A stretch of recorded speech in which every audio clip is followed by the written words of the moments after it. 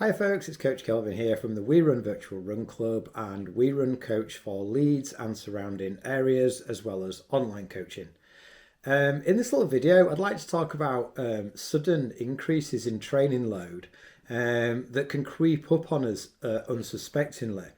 And we had a runner in the virtual run club, Lou, who had a little bit of an Achilles flare up, and she was wondering what caused it. And then when she went and looked back at her training, it was both an increase in volume and intensity over quite a short period of time. But it's cool sort of going, okay, that happened, but sometimes we need to look at why these things happen so that we can learn from this and make sure that it doesn't happen again. So what I'm going to do is I'm just going to kind of like give you some examples of what could cause an increase in training load. And some of them are really obvious, but some of them are maybe not so obvious. Quite a lot of them I've done myself. And I've definitely seen other runners, whether it's runners that I coach or just runners that I know do these things. So let's go through a few. And I think one of the first ones is people who don't follow some sort of training plan. When I say training plan, I mean sort of monitoring your training in some way. It doesn't have to be a written plan. We certainly don't always want to be following a race specific plan. So we don't want to go from like a 10K plan to a half marathon plan to another half marathon plan. The bits in between the race specific plans are probably more important than the specific plans themselves. But you could just reflect on your training, have a rough idea of what you're doing. If you're going to do a long run every other week, and it's a lovely Sunday morning and you think, I'm going to do a long run, it might be worth looking back 2 weeks and seeing what you did. And maybe if you did 8 miles, you might want to do sort of 8.5 to 9 miles at a similar intensity on a similar terrain, to provide that kind of increase in training load to drive fitness. So that's an appropriate increase in training load. So one of the reasons is just kind of not following a plan or not reflecting on previous training. Another one that can apply training load all of a sudden is new kit. We often see runners, they buy a new pair of shoes, and they go running in the new shoes, and after a couple of weeks they're like, oh, I've got a bit of a niggle. It must be the shoes that's caused the niggle. And then when we actually look at the training, maybe the pace has increased a bit. Maybe that runner just feels, maybe they've gone for a slightly lighter shoe that just feels a bit faster. Therefore, they run a bit faster and it increases the training load. And an example I'll give, which is a personal example. I once overloaded on a workout because I bought some new sunglasses. I bought some like new sunglasses at these like cool wraparound shades, and I kind of put those on with maybe a vest and some arm sleeves. And I went for a flat run on the canal towpath. I don't normally run on the flat. And I just felt like a fast runner because of what I was wearing. And it meant that workout ended up being a little bit too fast. And I gave myself a little bit of a calf strain. Luckily, it wasn't a very bad one, so I recovered from it quite quickly.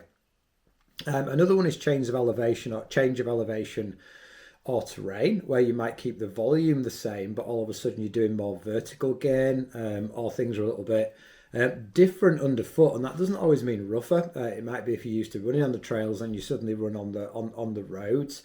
That's also a change in terrain and can change training loads.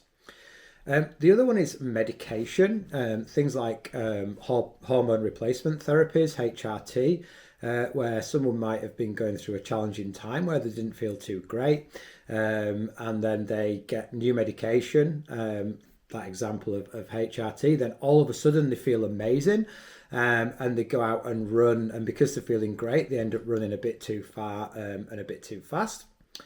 Another example is booking an event. Maybe the event's in 12 months' time, but all of a sudden you sort of like normally book events when we're sort of fired up about training and running, and that just kind of subconsciously creates this like idea of going out and getting something done.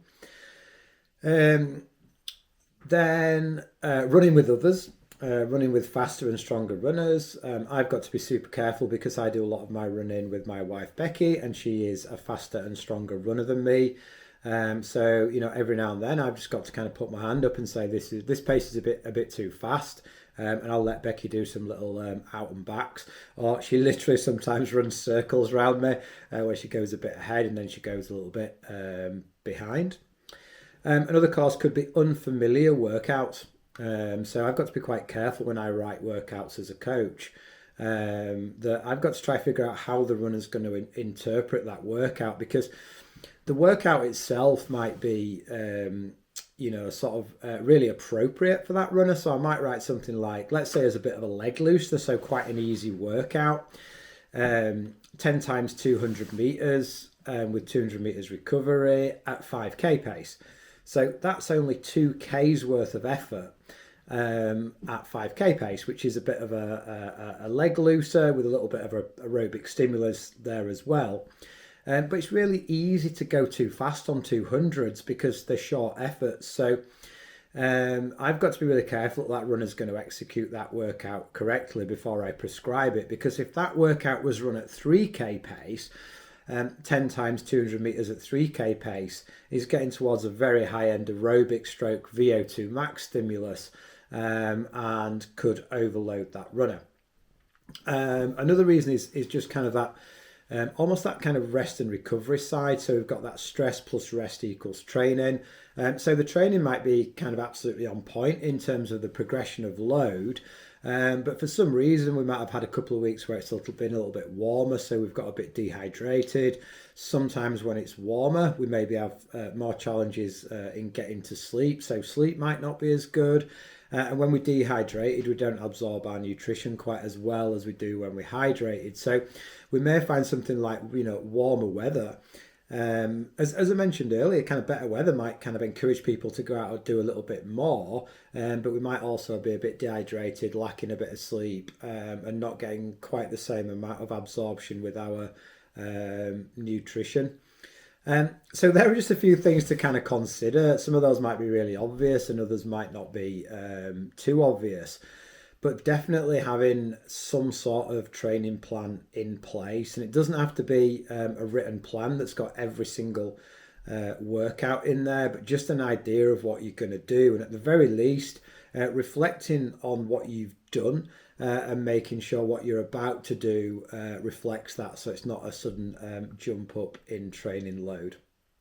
So I hope that makes some sort of sense, and if you have any thoughts or questions, please just pop them in the comments below. And for now, happy running!